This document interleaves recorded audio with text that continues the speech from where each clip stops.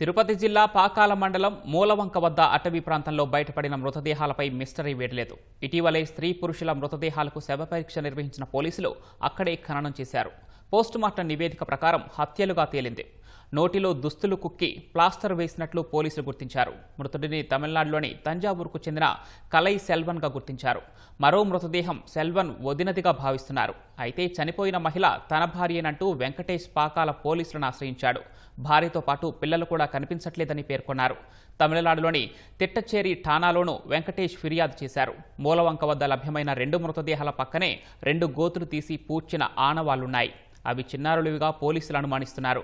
ఘటనా స్థలిలో 3 మద్యం బాటిళ్లు, దుస్తులు స్వాధీనం చేసుకున్న పోలీసులు హత్యకు కారణాలపై లోతుగా దర్యాప్తు చేస్తున్నారు.